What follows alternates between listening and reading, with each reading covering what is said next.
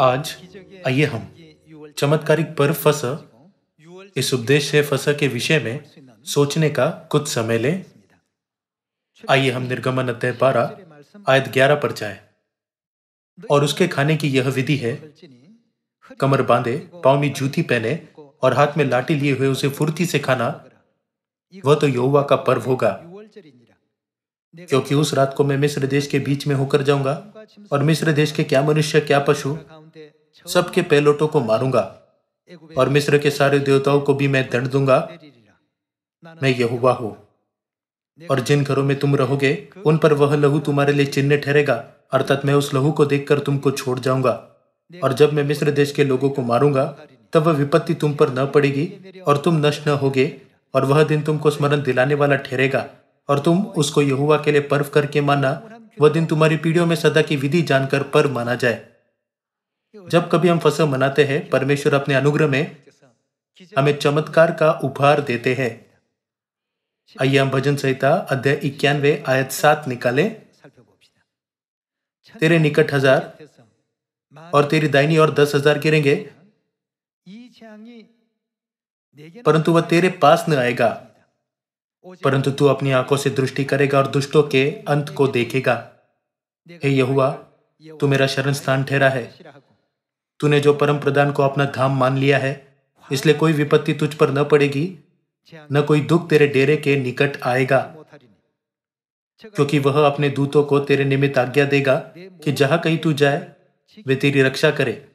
वे तुझको हाथों हाथ उठा लेंगे, ऐसा न हो कि तेरे पांवों में पत्थर से ठेस लगे। क्या यह नई वाचा के फसह में परमेश्वर की अद्भुत, मूल्यवान और अनुकूल प्रतिज्ञा नहीं है? परमेश्वर हमें यह जानने देते हैं कि अब हम जिस दौर में जी रहे हैं उस दौर में फसह नितांत आवश्यक है। आइए हम हिजकिय्याह अध्याय 7 आयत 2 पर एक नजर डालें। हे मनुष्य के संतान, प्रभु यहोवा इजराइल की भूमि के विषय में यो कहता है कि अंत हुआ, चारों कोनों समेत देश का अंत आ गया है। तेरा अंत भी आ गया और मैं अपना कोप तुझ पर भड़काकर तेरे चाल चलन के अनुसार तुझे दंड दूंगा और तेरे सारे घिनौने कामों का फल तुझे दूंगा। मेरी दया दृष्टि तुझ पर न होगी और न मैं कोमलता करूंगा, और जब तक तेरे घिनौने पाप तुझ में बने रहेंगे तब तक मैं तेरे चाल चलन का फल तुझे दूंगा। तब तू जान लेगा कि मैं यहोवा हूं। प्रभु यहोवा यो कहता है, विपत्ति है, एक बड़ी विपत्ति है। देखो वह आती है, अंत आ गया है, सबका अंत आया है, वह तेरे विरुद्ध जागा है। देखो वह आता है। हे देश के निवासी, तेरे लिए चक्र घूम चुका, समय आ गया, दिन निकट है। पहाड़ों पर आनंद के शब्द का दिन नहीं, हुल्लड़ ही का होगा। आजकल हमारे आसपास बड़ी बड़ी विपत्तियां हो रही है। क्या आप इस बात से सहमत नहीं कि इस दौर में नई वाचा का फसह अत्यावश्यक सत्य है? परमेश्वर हमेशा यह चाहते हैं कि हमारे माथों पर चिन्ह हो ताकि हम विपत्तियों से बच सके। आइए हम हिजकिय्याह अध्याय 9 आयत 3 पर एक नजर डालें। तब इजराइल के परमेश्वर का तेज करूबों पर से, जिनके ऊपर वह रहा करता था, भवन की ड्योढ़ी पर उठ आया था, और उसने उस सन के वस्त्र पहने हुए पुरुष को, जो कमर में दवात बांधे हुए था, पुकारा। और यहोवा ने उससे कहा, इस यरूशलेम नगर के भीतर इधर उधर जाकर जितने मनुष्य उन सब घृणित कामों के कारण जो उसमें किए जाते हैं सांसें भरते और दुख के मारे चिल्लाते हैं, उनके माथों पर चिन्ह लगा दे। आयत 5। तब उसने मेरे सुनते हुए दूसरों से कहा, नगर में उनके पीछे पीछे चलकर मारते जाओ, किसी पर दया न करना और न कोमलता से काम करना। बूढ़े, युवा, कुंवारी, बाल बच्चे, स्त्रियां, सबको मारकर नष्ट करो। परंतु जिन पर चिन्ह है उनके साथ क्या होगा? जिस किसी मनुष्य के माथे पर वह चिन्ह हो उसके निकट न जाना। क्या निर्गमन अध्याय 12 में यह नहीं लिखा है कि नाश करने वाला स्वर्गदूत उन घरों को छोड़ जाएगा जिस पर मेमने के लहू का चिन्ह है? जितने मनुष्य उन सब घृणित कामों के कारण सांसें भरते और दुख के मारे चिल्लाते हैं, उनके माथों पर चिन्ह लगा दे। जिस किसी मनुष्य के माथे पर वह चिन्ह हो उसके निकट न जाना। ये ऐसे लोग हैं जिन्होंने उद्धार पाया है। विपत्तियां उनको हानि पहुंचाने के बदले उन्हें छोड़ जाती है। चूंकि हम ऐसे दौर में जी रहे हैं जब विपत्तियां बहुत प्रचलित है, इसलिए क्या फसह हमारे लिए आवश्यक सत्य नहीं? आइए हम लूका अध्याय 22 आयत 7 पर जाए। तब अख़मीरी रोटी के पर्व का दिन आया जिसमें फसह का मेमना बलि करना आवश्यक था।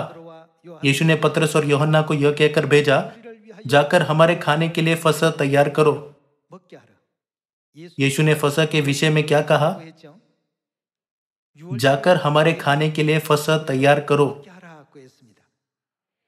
आयत 9, उन्होंने उससे पूछा, तू कहाँ चाहता है कि हम इसे तैयार करें? उसने उनसे कहा, देखो, नगर में प्रवेश करते ही एक मनुष्य जल का घड़ा उठाए हुए तुम्हें मिलेगा। जिस घर में वह जाए तुम उसके पीछे चले जाना और उस घर के स्वामी से कहना, गुरु तुझसे कहता है कि वह पाउंडशाला कहाँ है जिसमें मैं अपने चेलों के साथ फसह खाऊं। वह तुम्हें एक सजी सजाई बड़ी अटारी दिखा देगा, वही तैयारी करना। उन्होंने जाकर जैसा उसने उनसे कहा था वैसा ही पाया और फसह तैयार किया। जब घड़ी आ पहुंची तो वह प्रेरितों के साथ भोजन करने बैठा और उसने उनसे कहा, फसह को लेकर यीशु ने कैसा महसूस किया था? मुझे बड़ी लालसा थी कि दुख भोगने से पहले यह फसह तुम्हारे साथ खाओ।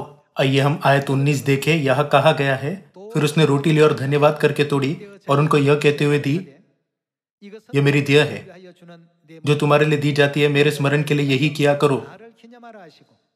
इसी रीति से उसने भोजन के बाद कटोरा भी यह कहते हुए दिया, यह कटोरा मेरे उस लहू में जो किसके लिए? तुम्हारे लिए बहाया जाता है। किस प्रकार की वाचा है? नई वाचा है। मसीह ने अपने पूरे हृदय से नई वाचा का फसह स्थापित करके उसे उत्सुकता से मनाना चाहा। आइए हम एक और बार चमत्कारिक पर्व फसह को अपने हृदयों पर उत्कीर्ण करें, उत्सुकता से यह आशा करते हुए कि हम सब स्वर्ग के राज्य में प्रवेश कर सकेंगे। मैं आज का उपदेश समाप्त करना चाहूंगा। आपका बहुत बहुत धन्यवाद।